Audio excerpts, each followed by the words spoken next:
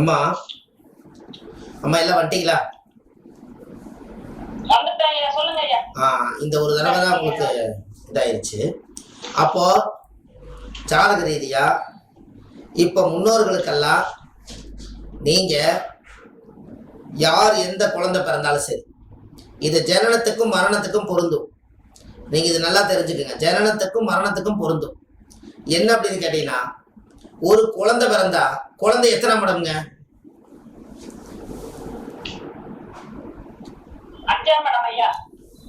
குழந்தை 5ஆம் இடம். அப்போ எந்த குழந்தை பிறந்தாலும் குழந்தையும் தெய்வம் ஒண்ணுன்ட்டீங்க. அப்ப நீங்க என்ன பண்றீங்கன்னா, குலதெய்வம் கோயில்ல போய் அந்த குழந்தையுடைய நட்சத்திரம் எதுவோ அந்த நட்சத்திரத்தினுடைய மூலிகையை வாங்கி குலதெய்வம் கோயில போய் நட்ட வச்சுட்டு வந்துருங்க. இந்த குலதெய்வம், அந்த குலதெய்வத்துக்குள்ள அந்த மரம் வளர வளர இந்த குழந்தைக்கு நல்லா வளர்ந்து ஆரோக்கியமாயி இந்த குழந்தைக்கு என்னெல்லாம் தேவையோ அது எல்லாமே இந்த மூலிகை வாழ்த்தும். இத காலகாலத்துக்கு நீங்க இதை செஞ்சு பாருங்க.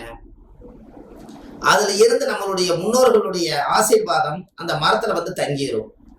அதோட ஆசீர்வாதம் நம்மளுக்கு கிடைக்கும்.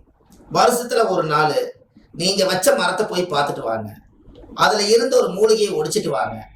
அதை கொண்டு வந்து இதுதான் நான் பிறந்த அன்னைக்கு நான் வச்ச மரம் அப்படிங்கிற ஒரு நினைவு ஊட்டும். அந்த மூலிகை நீங்க வீட்டுல வச்சு நீங்க ஒரு செடி கொடி தலை எல்லாம் கொண்டு வைங்க. 5ஆம் இட குலதெய்வத்தினுடைய மண்ணு, அந்த மண்ணிலையும் அந்த தண்ணியிலையும் அந்த ஈர பதத்திலையும் தான் அது அந்த அம்மா வாழும். அதனுடைய சக்தி நம்ம உடம்புக்கு வரும். எப்படி?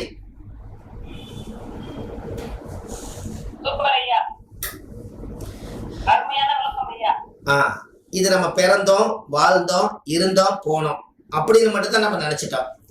இத்தனை மரங்கள் அந்த காலத்துல முன்னோர்கள் உருவாக்கி இருக்கிறாங்கன்னா, பெரிய பெரிய இடத்துக்களை எல்லாம் மரங்களை உருவாக்கி வச்சு ஆலமரம், அரச மரம், வேப்ப மரம், அத்தி மரம், புளிய மரம், இத்தனை மரங்களும் ஒரு மனிதனால உருவாக்கப்பட்டதுதான். அப்போ ஒரு மனிதனால உருவாக்கப்பட்டதுதான் அது. அப்போ இனிமேல் நம்மளுக்கு நம்மளுடைய குலதெய்வ மூதாதிகள் எங்க இருக்கிறாங்கன்னு கேட்டா, கோயிலையும் கூட அழிச்சிருவாங்க. 1000 வருஷ ஆலமரம், அரச மரத்தை அழிக்கிறதுக்கு யாருக்கு மனசு வராது. அப்படி இருக்கும்போது ஒரு குழந்தை பிறந்தால் அந்த குழந்தை தான் 5ஆம் பாவம். அந்த 5ஆம் பாவத்துக்கு உண்டான குழந்தைக்கு உண்டான அந்த மரத்தை நீங்க நட்ட வச்சாச்சுன்னா, அன்னையில இருந்து அந்த மரம் வளர வளர நம்ம குடும்பம் வளரும். இத காலாகாலத்துக்கு எல்லாத்துக்குமே ஜாதகம் பார்க்க வர்றவங்களுக்கு நீங்க சொல்லுங்க, பிரமிச்சு போயிடுவாங்க. இப்ப உங்களுக்கு புரியுதுங்களா? அப்ப இதெல்லாம் நீங்க இன்னொரு விஷயம் சொல்றேன், நல்லா கேளுங்க. அதுலயும் இன்னொரு விஷயம் சொல்றேன். அந்த காலத்துல குடிசை வீடு, அவங்க ஒரு மரத்தை வச்சு நட்ட வச்சு அது மரங்கள் தானா வளர்ந்துருக்கும். மரங்கள் எல்லாம் இயற்கையா வளர்ந்துருக்கு, யாரும் நட்ட வைக்க மாட்டாங்க. ஆனா ஆலமரம்னா ஆலமரம், அரசமரம்னா அரச மரம். கட்டளை தூக்கி கொண்டு போய் அங்கதான் படுத்துக்குவாங்க முன்னோர்கள். படுத்துக்கிட்டு கதை பேசுவாங்க, அன்னமார் கதை படிப்பாங்க, ராமாயண மகாபாரதம் படிப்பாங்க, புராணம் பேசுவாங்க, கலைக்காலம் பேசுவாங்க, பஞ்சாயத்து பேசுவாங்க. எல்லாம் பேசுற இடம் தான் அந்த மரத்தடியில. நிழலா இருக்கிற இடத்துல ஒரு நல்ல ஒரு ஆரோக்கியம் இருக்கும். எல்லாம் பண்ணி முடிச்சுட்டு பேருக்கு தான் குடிசை வீடு, ஆனா வாழ்றது எல்லாமே மரத்தடியில் தான் இருப்பாங்க. எல்லாம் வாழ்ந்து முடிச்சுட்டு அந்த ஆத்மா இறந்து போகும்போது அந்த மரத்தடியே இறந்து போயிடும். அந்த இறந்து போன நட்சத்திரம் எதுவோ அந்த நட்சத்திரத்தினுடைய மூலிகையாவே இவங்களுடைய தாத்தா பாட்டி இறந்து போனா அதனுடைய வம்சாவளியில பேரம்பேத்திக்கு பிறக்கிறது எல்லாமே அந்த மூதாதிகள் எந்த நட்சத்திரத்துல எந்த மூலிகையில இறந்து போனாங்களோ, எந்த மூலிகை எந்த மரத்துக்கிட்ட இறந்து போனாங்களோ அதே மரத்துடைய நட்சத்திரத்துல தான் அவங்க பேரம்பேத்தி பிறப்பாங்க. எப்படி?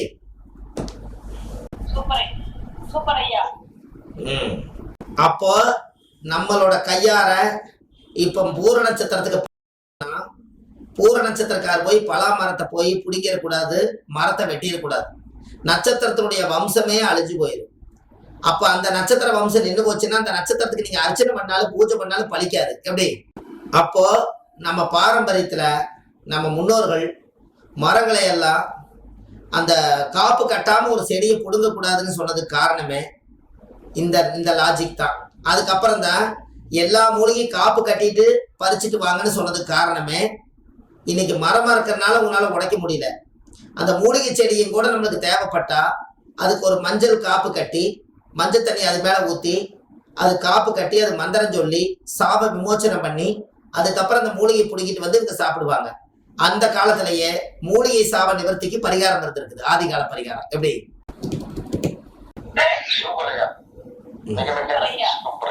இதெல்லாம் நீங்க தெரிஞ்சுக்கணும். உங்க வாழ்க்கையில ஜோதிடம் சுவையானது, ஜோதிடம் தமிழ் சுவையானது. அப்படி எடுத்து அழகா பேசுனா இந்த எங்கிருந்து தான் இந்த அறிவிலிருந்து வருன்னே தெரியாதுங்க. அவ்வளவு அழகா இருக்கு. ஜாதகம் காசுக்காக பார்க்கறதுங்கிறது ஒரு விஷயம். ஆனா ஜோதிடம் ஒரு மிகப்பெரிய சொத்து. இந்த சொத்தை பொக்கிஷமா வச்சு நம்ம 4 பேர்த்துக்கு நல்லது பண்ணி அவங்க அது மூலியமா வாழ்ந்து வளர்ந்து சந்தோஷம் அடைஞ்சா நம்ம ஜோதிடர்களும் நல்லா இருக்கலாம், நவ கிரகங்களும் நம்மளை வாழ்த்து, அசுரர்களும் நம்ம கிட்ட வரமாட்டாங்க, நமக்கு புண்ணியம் கூட வரும். அப்போ இந்த ஜாதகத்துல அந்த பொண்ணுக்கு வாழ்க்கையே போய் முச்சந்தில நிற்கக்கூடிய அளவுக்கு வர நேரத்துல நாம இன்னைக்கு அந்த பொண்ணுக்கு ஒரு பரிகாரத்தை கொடுத்து, நீ 9 நவகிரக கோயில் போயிட்டு வாமான்னு சொன்னா, ஏன் 9 நவகிரக கோயில்னா ஒரு கோயிலா 2 கோயிலா? 9 கிரகமே அந்த அம்மனுக்கு பிரச்சனையா இருந்தா எந்த கிரகத்தை கிட்ட போய் சொல்ல முடியும்? எல்லா கிரகமே அந்த பொண்ணுக்கு பாவம் பண்ணிப்பாங்களோ? இதை எப்படி இதை நிவர்த்தி பண்ண முடியும்? அப்ப இதெல்லாம் மூதாதிகள் செய்த கர்மா தான். இந்த குழந்தைகளுக்கு ஒரு செயல், கர்மா என்பது ஒரு செயல். அவங்க செய்த செயல்னால அந்த பாவத்தை இந்த குழந்தைங்க அனுபவிக்கிறாங்க, இந்த பொண்ணுங்க அனுபவிக்கிறாங்க. அப்போ நம்மளோட தலைமுறையிலேயாவது இவ்வளவு காலம் விஞ்ஞானம் பிறந்ததுனால நாம் யாருக்கும் ஒரு பாவம் செய்யாம நம்மளும் வாழ்ந்து நம்மளுக்கு இருக்கக்கூடிய சந்ததிகளுக்கும் நல்லா வாழ வச்சுட்டு 3 தலைமுறைக்கு பாவங்களே சேர்த்தாம புண்ணியம் நிறைய சேர்த்தி வச்சு நீங்க புண்ணிய சொத்தா மாத்தி வச்சுட்டு போனீங்கன்னா உங்க பிறவியும் நல்லா இருக்கும், உங்களுடைய வம்சமும் நல்லா இருக்குன்னு சொல்லுது. கரெக்டா இல்லைங்களா? ஐயா 100% அப்படியே ஒரு நிஜமான உண்மை ஐயா. நீங்க ஒரு உதாரணம், நம்ம பரிகார சாலை இருக்குது. அந்த பரிகார சாலையில பாத்தீங்கன்னா அதுக்கு முன்னாடி ஒரு டீ கடை இருக்கு. அவருக்கு ஒரு கால் ஒரு கை வராது. அவருக்கு கிட்டத்தட்ட பாத்தீங்கன்னா அவருக்கு டீ வாங்கி கொடுக்கறக்கு ஆள் இல்லை, சாப்பாடு வாங்கி கொடுக்க ஆள் இல்லை, பீடி சிகரெட் வாங்கி கொடுக்க ஆள் இல்லை, எதுவுமே இல்லை. அவர் ஒரு கை ஒரு கால் வராது. அவர் அப்படியே நடந்து வர முடியாம, யாரும் உதவி செய்ய முடியாம நிறைய ஒருத்தர்கிட்டயா கேட்பார். ஒரு 1/4 கிலோமீட்டர் நடந்து வரணும். அவரு நடக்க முடியாம நடந்து அந்த ஹோட்டலுக்கு வந்து அவர் ஏதோ இருக்கிறத கையில் ஏதாவது காசு வச்சிருப்பாரான்னு என்னன்னு தெரியல, ஏதோ சாப்பிடுவார். இன்னும் அந்த பரிகார பூஜைகளுக்கு போகும்போது நான் அவரை பார்ப்பேன். அவரை பத்தி ஒரு நாள் விசாரிச்சேன், நீங்க என்னங்க ஐயா பண்றீங்க அப்படின்னா, நான் அந்த கோயில்ல கூட்டி பெருக்கிட்டு இருக்கிறேன்ப்பா, எனக்கு அப்பா அம்மா தம்பி அண்ணன் தம்பி சொந்த வந்த தாய் புள்ள எனக்கு யாரும் கிடையாது, எல்லாம் என்ன வெறுத்து போயிட்டாங்க. இந்த உடம்பு கையும் காலும் போனோடனே உன்னை எவன் தூக்கி சமக்கிறது, உனக்கு யார் டாய்லெட் கழுவி விடுறது, உனக்கு யார் மூத்திரமெல்லாம் எல்லாம் இருக்கிறதெல்லாம் வச்சு யார் துவைச்சு போடுறது, அதெல்லாம் பண்ண முடியாது அப்படின்னு துரத்தி விட்டுட்டாங்க. அவர் எங்கிட்ட கொட்டி அழுது, ரொம்ப என்ன பண்ணுறதே தெரியல சாமி, எனக்கு இருக்கிறக்கே இடம் இல்லாமல் இது அந்த கோயில் மரத்தடியில் ஒரு கொட்டம் இருக்குது, மழை வெஞ்சா அதுக்குள்ளே படுத்துக்குவேன், மற்ற நேரம் இந்த கோயிலை சுத்தப்படுத்தி வச்சுக்கிட்டு இதை அந்த சாமி தான் கும்பிட்டுட்டு இங்கே வாழ்ந்துட்டு இருக்கிறேன்னாரு. அப்புறம் உடனே பார்த்தேன், சரி நான் ஒன்று சொல்கிறேன் ஐயா, நீங்கள் அது மாதிரி பண்ணுங்கண்ணே. உங்களுக்கு ஒரு நாளைக்கு சாப்பாட்டுக்கு எவ்வளோ செலவாகுதுன்னு கேட்டார். காலையில் டிஃபன் 30 ரூபா, 2 தோசை சாப்பிடுவேன், ஒரு டீ சாப்பிடுவேன். மத்தியானம் ஒரு தக்காளி சோறு அளவுக்கு ஒரு சாப்பாடு சாப்பிடுவேன், ஒரு 30 ரூபா. நைட்டுக்கு என்ன சாப்பிடுவீங்கன்னா அதே மாதிரி தோசையோ இட்லியோ எது கிடைச்சாலும் ஒரு 30 ரூபாய்க்கு சாப்பிடுவேன், ஒரு டீ முடிச்சா சாப்பிடுவேன். ஆக மொத்தத்தில் 30 30 60 30 90 ஒரு 10 ரூபாய் டீ 100 ரூபா தான் செலவாகும். நான் அந்த கடையில் கூப்பிட்டு என்ன சொன்னேன்னா, அம்மா இவருக்கு 3 நேரமே டிஃபன் கொடுத்துருங்க, டீ காப்பி கேட்டால் கொடுத்துருங்க, மாதம் பூரா அவர் என்ன சாப்பிட்டாரோ அந்த சாப்பிட்ட பில்லை எனக்கு கொடுத்துருங்க, அதை நான் பரிகார சாலைக்கு நான் வரும்போது மற்ற நேரத்துக்கு நான் வரும்போது நீங்கள் கூப்பிட்டு இவ்வளோ பில்லு இவர் சாப்பிட்டுக்கலான்னு சொல்லுங்கள், அந்த பில்லை நான் கொடுத்துறேன், இனிமேல் அவர்கிட்ட காசு வாங்காதீங்கன்னு சொன்னேன். வருஷ கணக்கில் அவர் சாப்பிட்டுட்டு இருக்கிறாரு, மாதம் 3000 3500 ரூபாய் சாப்பிடுவாரு.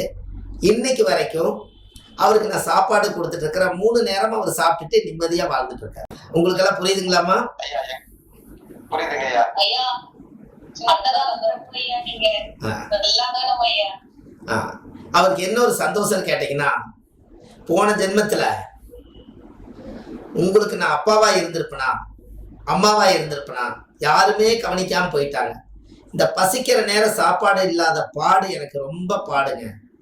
இந்த நேரம் நீங்க 3 நேரம் இந்த ஆத்மாவுக்கு சாப்பாடு போடுறீங்க, பெரிய புண்ணியம் அப்படின்னு ஒரு வாழ்த்துறாரு. ரொம்ப சந்தோஷங்க ஐயா. நீங்க வாழ்த்த வேண்டாம், நீங்க வயிறார சாப்பிடுங்க. வருஷ கணக்கில் அவர் சாப்பிட்றாரு. யாரு பெத்த பிள்ளைன்னே தெரியாது. அவருக்கு அட்ரஸோ ஆதார் கார்டோ பேன் கார்டோ ஓட் ஐடி எதுவும் தெரியாது. அவர் சாப்பிடுவாரு, அந்த உயிர் இருக்குது. நான் ஒன்று சொன்னேன், நாம் இந்த உயிர் இருக்க வரைக்கும் உங்களுக்கு மருந்து மாத்திரை ஏதாவது தேவைப்பட்டா நான் சொல்ற கடையில் போய் வாங்கிக்கங்க. நான் பணம் வந்து கூகுள் பே பண்ணிடுறேன். அதே போல உங்களால முடியலைன்னா எனக்கு ஒரு தகவல் கொடுங்க. உங்களுடைய ஆயுள் காலம் இருக்க வரைக்கும் என்னால் உதவி செய்கிறேன்.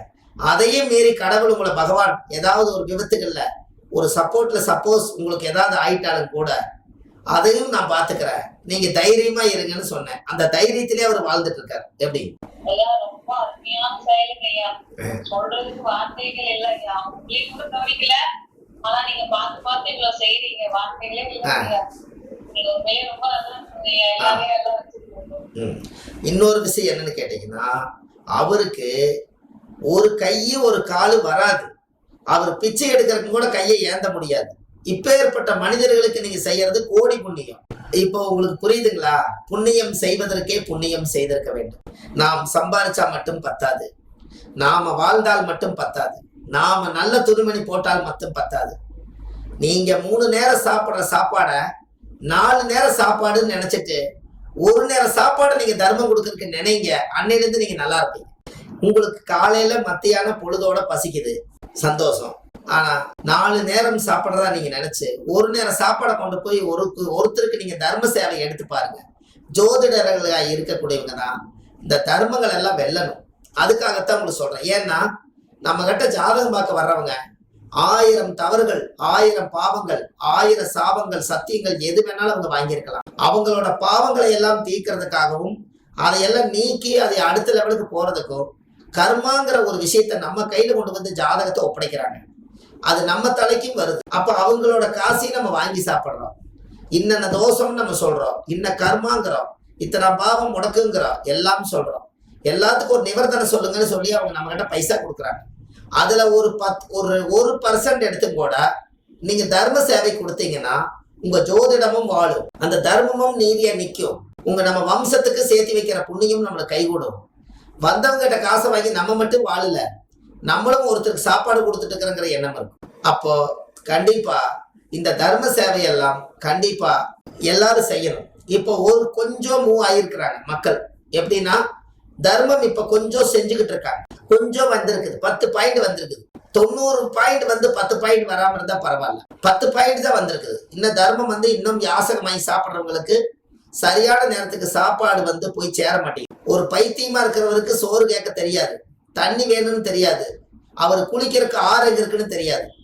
அந்த மாதிரி மனநல பாதிக்கப்பட்டு சுயநலம் இல்லாம எங்கேயோ ரோட்ல அந்த உயிர் வாழ்ந்துட்டு இருக்குது. அவர் எத்தனை நாள் ஆச்சு சாப்பிட்டுன்னு யாராவது தெரியுமா? அவர் எங்க சாப்பிட்டாருன்னு யாராவது தெரியுமா? இல்ல. ஆனா அவருக்கு ஏன் சாப்பாடே இல்லாம அவர் நடந்து போறாருன்னு கேட்டீங்கன்னா, சாப்பாடுங்கிறது ஒண்ணு இருக்குதான்னு அவருக்கு நினைவுல வராதனால 3 நேரம் அவருக்கு பசிக்காமையே அவர் பல வருஷமா வாழ்றாரு. எப்படி? முதல்ல அவருக்கு கொஞ்ச நாள் பசிச்சுட்டு இருந்தது, அந்த பசியெல்லாம் கண்ட்ரோல் பண்ண தெரிஞ்சிருச்சு அவருக்கு. நம்மளுக்கு சோறு கிடைக்காது, கேட்க தெரியாது. அப்ப இறைவன் என்ன பண்ணிட்டாருன்னா, 1 வருஷத்துக்கு உனக்கு பசி இல்லாம பண்ணிடுறேன்னு சொல்லி அந்த பசி இல்லாம தியான நிலையிலே இருக்கிற மாதிரி அவர் எங்கேயும் போய் சோறே கேட்காம, பசிங்கிறது கிடைச்சா சாப்பிடலாம், கிடைக்கலினாலும் உயிர் வாழ்ந்துக்கலாங்கிற அளவுக்கு இறைவனே என்ன பண்ணிட்டாருன்னா 365 நாளைக்கும் அன்னதானமா மாத்தி விட்டுட்டாரு. நீ சாப்பிட்டாலும் சாப்பாடாட்டியும் உனக்கு பசிங்கிற வழி வராம பண்ணி வச்சிடறன்னு மனநல பாதிக்கப்பட்டவங்களுக்கு மர்மமான பரிகாரத்தை பண்ணி வச்சிருக்காரு. எப்படி? அப்போ மாச கணக்குல சாப்பிடாம இருக்கிறவங்க எல்லாம் இருக்காங்க. அவங்களுக்கெல்லாம் என்னன்னே தெரியாது. அப்படியெல்லாம் இருக்கிறவங்களுக்கு இருந்தா கொடுத்தா சாப்பிடுவாங்க, இல்லைனாலும் அவங்க வாழ்றாங்க. நாம நல்லா 3 நேரம் சாப்பிட்றோம், கஷ்டமே இருந்தாலும் சாப்பிட்றோம். அதனால எப்பவுமே நீங்க ஒரு கணக்கு வச்சுக்கோங்க, 3 தர்மம் பண்ணுங்க. நீங்க வீட்டுல ஞாயிற்றுக்கிழமை அன்னைக்கு மட்டன் சிக்கன் எடுத்தாங்க, முதல் போய் ஒரு பெரிய ஒரு எச்சி பண்ணாம ஒரு சாப்பாடு ஒரு குழம்பு எல்லாம் செஞ்சு நல்லா பெரட்டி சாப்பாடு மட்டன் குழம்பு யாரும் செய்யலைனாலும் பரவாயில்ல. பிராமணர் குடும்பமா இருந்தா வேண்டாம், விட்டுருங்க. ஆச்சார அனுஷ்டானமா இருக்கிறவங்க அதை செய்ய வேண்டாம். ஆனா அசைவத்தை எடுத்துக்கிறவங்களுக்கு ஒரு விஷயம் சொல்றேன். அந்த குழம்பு செஞ்சு சாப்பாடு செஞ்சு நல்லா ஒரு கிலோ சோறே 1 கிலோ அரிசி கிடையாது, 1 கிலோ சோறு நல்லா நிறைய வட்டல் நிறைய பெருசா போட்டு ஒரு குண்டாவில் நல்ல குழம்பு கொஞ்சம் ஒரு 1/4 கிலோ கறியை போட்டு நல்லா பிசைஞ்சு சாமி கும்பிட்டு தெரு நாய் இருக்கக்கூடிய கால பைரவர் கொண்டுட்டு போய் தலவாழை இலை விரிச்சு தண்ணி தொளிச்சு வச்சு ஒரு மண் குண்டாவில் தண்ணியும் ஒரு தலவாழை இலையில கரிசோறு வச்சு என்னோட கர்ம வினையெல்லாம் குறைச்சு கொடு கால பைரவரே நீங்க வேண்டி அமாவாசைக்கு இங்க வச்சு பாருங்க, உங்க வாழ்க்கை அசுர வளர்ச்சிக்கு போயிடும். எப்படி?